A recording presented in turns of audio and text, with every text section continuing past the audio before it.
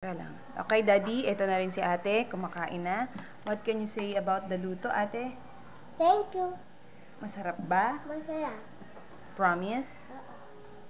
Oo lang. O, ayun pa si Bunso. Hindi pa siya finish kumain, Daddy. Nagtataka ko si Bunso. Si ate din. Ang problema, si Elijah, wala pa. Kumain lang siya ng paborito niyang danggit.